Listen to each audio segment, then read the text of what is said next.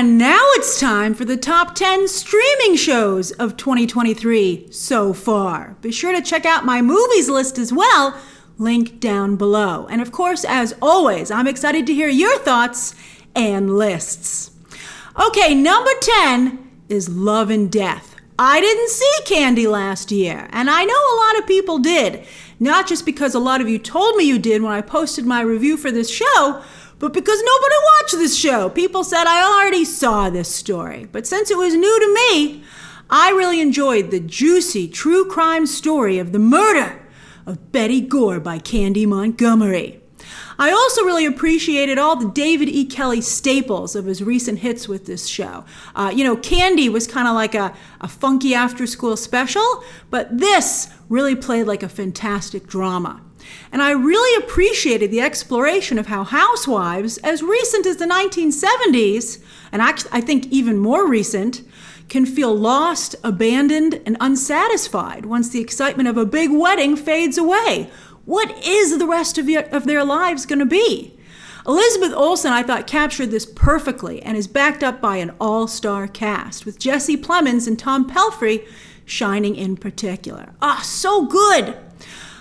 It's really too bad that hardly anyone paid attention to this because they'd already seen Candy. A really unfortunate turn of events. Because great work was done here by all. I loved this. I'm shocked that so many people ignored it. I think also it was the tail end of HBO Max going out and it dropped on Thursdays instead of Sundays. It deserved to be a Sunday night show. And it wasn't even an HBO show. It was an HBO Max original. And, those just don't get enough attention. So sad. All right, number 9, Poker Face, a rare hit for Peacock. Maybe 10 episodes was too much. The formula got a little old after a while, I agree. But what a tour de force by Natasha Lyonne. And who doesn't love a good Columbo-style mystery, where you start with the murder, and then the mystery is how the detective is going to catch the murderer. So great. And just like Columbo, everyone underestimates Charlie Cale to their own misfortune. Oh, so good! Lyonne and Rian Johnson expanding his murder mystery credentials alongside his Knives Out movies. He's got a lot of murder mystery in him, it seems.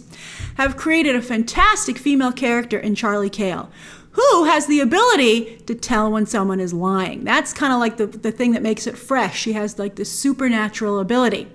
And I gotta say, that never got old, for me at least. The way that skill is used in each episode was consistently surprising and interesting. Also, just like Columbo, this series has some amazing guest stars. Wow! It started out so strong, kind of got weak in the middle, but then I feel it ended strong again, tying up a lot of the strings. It has like it's like a murder of the week, but there was an overall story that kind of kept you going, and they did a really good job with that. And I'm excited for season 2. I really liked Poker Face. Again, too many episodes. I know some people who couldn't get through it, but it was worth it. It rewarded those who did, and I hope people return for the second season.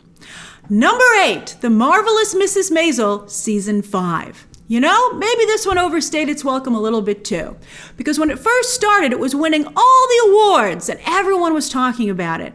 But when it ended, hardly anybody noticed. It's kind of like Fleabag. I hope this isn't a Fleabag situation because Rachel Brosnahan just landed the Lois Lane role in James Gunn's Superman Legacy. I guess he's a Mrs. Maisel fan too, and for us diehard fans, myself included, we wish this show would never end. It was just comfort food. It was amazing. Candy-colored, funny, but with great observations and characters.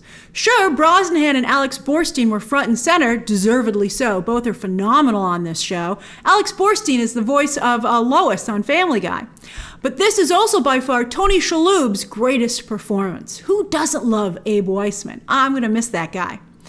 This final season also added a nice jolt of energy by going into the future so that we could see what happened to all of our favorite characters. And the series finale, I thought was actually quite moving, but also still managed to keep a very realistic tone. This is an honest portrayal of showbiz, the ups and downs, from many different perspectives. And by the way, also, that garbage musical earlier on in the season, they didn't have to go that hard, but I'm so glad that they did. I couldn't believe what I was watching. I watched it multiple times. It was amazing. Number 7, Ted Lasso Season 3. Is this the end of Ted Lasso as well? I gotta tell you, I don't think so. I don't think Jason Sudeikis will come back, at least not as a series regular, but the ratings are too high, still Apple TV's most successful show by far and away. But the rest of the cast, while they're getting other work, they haven't really been able to move on. They still need this as the engine of their careers. So I think they all want to stay. So I think it's going to continue. And while, like many, I feel this show has been wildly uneven since its perfect first season, I still would watch my screeners as soon as they dropped week to week. And I'd be checking. I'd be like, can I watch Ted Lasso yet? Can I watch Ted Lasso? Oh, I can. Oh, boy. And I just love being in the world of Ted Lasso. And while the after-school special for adults formula got kind of obvious, they were still saying things that needed to be said, I think, in season 3. Like, I'd be like, oh, I get it, but that was a good, important point to make. Ted Lasso is basically good for the soul. I think it's good for society. So let's keep it going. Isn't that funny? That's why you would keep the show going? You're like, it's not as good as it was in season 1, but I think society will collapse if we don't continue with it. And I kind of believe that statement. All right, number 6. And by the way, for those of you who don't know, it was created as the antithesis to all the hate in the 2016 presidential campaign. So that's pretty amazing. Number 6, The Mandalorian Season 3. Now, some of these episodes were awful, which is why it's not higher up on this list. But the final 2 episodes, directed by Rick Famuyiwa, to me, those were movie-level quality. While this series sometimes gets distracted with way too many side missions, Din Djarin and Grogu are still an amazing pair, and Bo-Katan actually ended up being a very nice addition. If you love the Dave Filoni animated shows, as I have come to love them, thank you everyone who turned me on to those, these live action shows, particularly The Mandalorian, well, really only The Mandalorian so far, but it's just as great. I've come to love and appreciate Star Wars much more thanks to the Filoniverse, whether it's live action or animated. And I'm very excited for Ahsoka on that note. It's from Filoni himself, so I don't think it's going to let us down. Number 5, The Diplomat. Why did I watch this show? I usually wouldn't watch a show like this. This seems kind of like a little too fluffy for me. But I really liked The American, so I was like, Carrie Russell, she was really good on that. And I didn't have anything else to watch, so it was desperation. And I'm so glad I gave it a whirl, because I love this show. Creator and showrunner Deborah Kahn has created another great female character, who isn't like a grating female character. She's great. I love this character. The show is very diverse across the board, by the way, but not in an obvious way. Everyone feels represented and is made to look their best. If you want to see a well-balanced show in terms of representation, check out The Diplomat. Rufus Sewell is like, he's hit or miss, but he's more hit than miss. And here, it's one of his best performances. And there are a lot of great actors to discover here as well. A lot of new favorites. I was like, wow, I love all these people. The show looks great, top-notch production values and visuals, and it feels like an A-plus political thriller. With some action moments, I really wouldn't call them scenes, but moments close to movie level. Oh, it was good. And a lot of twists and turns that I didn't see coming up until the very moment before they happened, or sometimes not at all. I am extremely excited for season 2. This is a great show.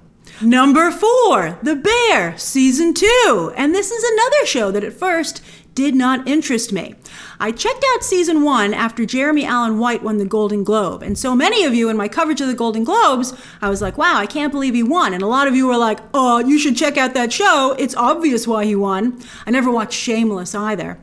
So I checked it out and I was like, that's good stuff. But season 2 is just on a whole other level. Yes, The Bear has gone from simmering to a full boil. While everyone is talking about Netflix and HBO shows all the time, The Bear has come out of nowhere to be a major hit that's quite frankly on par with those other shows. This is HBO level good, but it's on Hulu. And you can binge it. It's a fantastic binge. Superbly well written and directed, it has also the unique element of being about the restaurant business, which it turns out is a pretty crazy business. One dude was saying the show is exaggerated, but I just think he was going for a headline, because I've seen far more people say, what are you talking about? It's ridiculously accurate. It also has a bit of a Rocky feel to it. I saw Rocky just recently again the other day, and that's what makes me think of the comparison. Because both spotlight the working class who dare to dream that maybe they can make those dreams come true by supporting one another.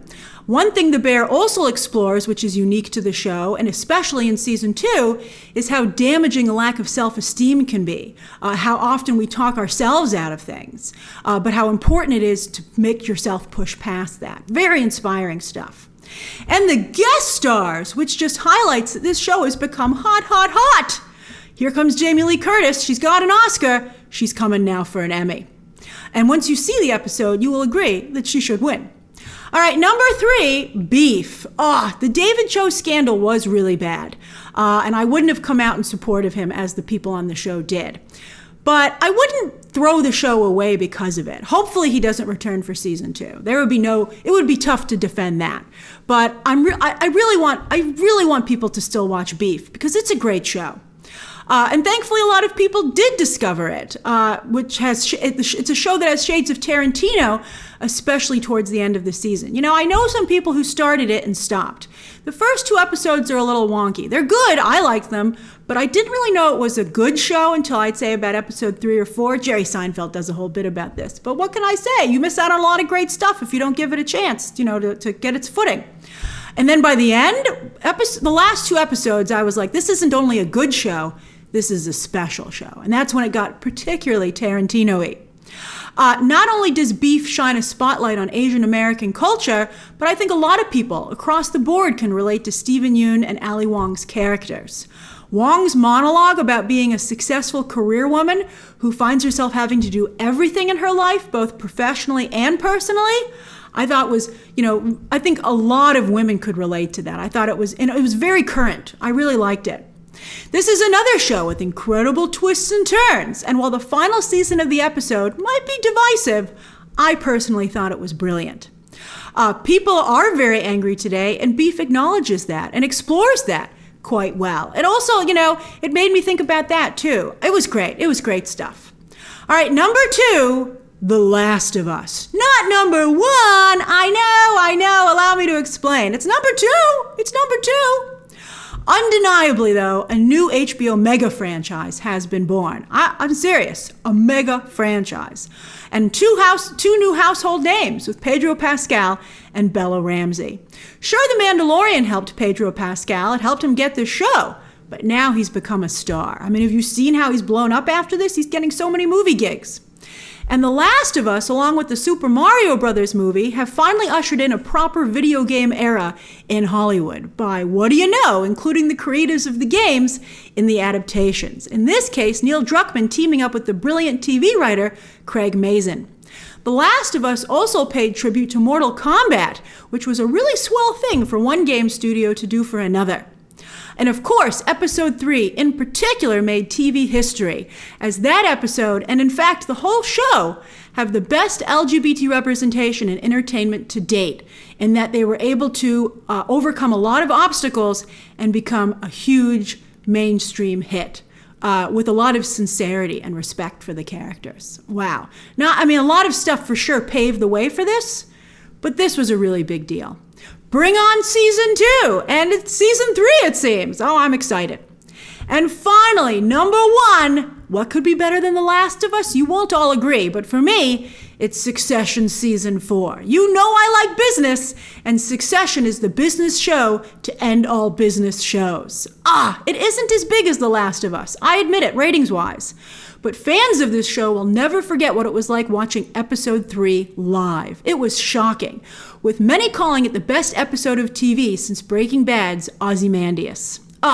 But Succession didn't stop there. It followed up with banger after banger after banger, delivering an incredible series finale. And its final episode, I thought it was perfect, it was so accurate to business culture. I know a lot of people didn't like how the story ended, but I feel it's the way the story would have ended. It was incredible. Succession also turned a number of working actors into stars as well, with Matthew McFadyen already signed up for Deadpool 3. I love that for him. And I can't wait to see where the rest of this talented cast lands. I mean, everyone, of course, knew, I'm blanking on the name, who plays Logan Roy. Everybody was familiar with Brian Cox. Everybody was familiar with him. He's been working for a long time. But it's so great to see all these other stars come about. And I can't wait to see what series creator and showrunner Jesse Armstrong does next. His frequent director Mark Mylod already did a fantastic job with the menu. To me, Succession is one of the greatest TV shows of all time. I loved it. So good. So that's my list of the top 10 streaming shows of 2023 so far. And again, I'm excited to hear your thoughts and lists down below. And of course, as always, be sure to subscribe. And of course, as always, you can check out some more videos, including my list of the top 10 movies so far, right now.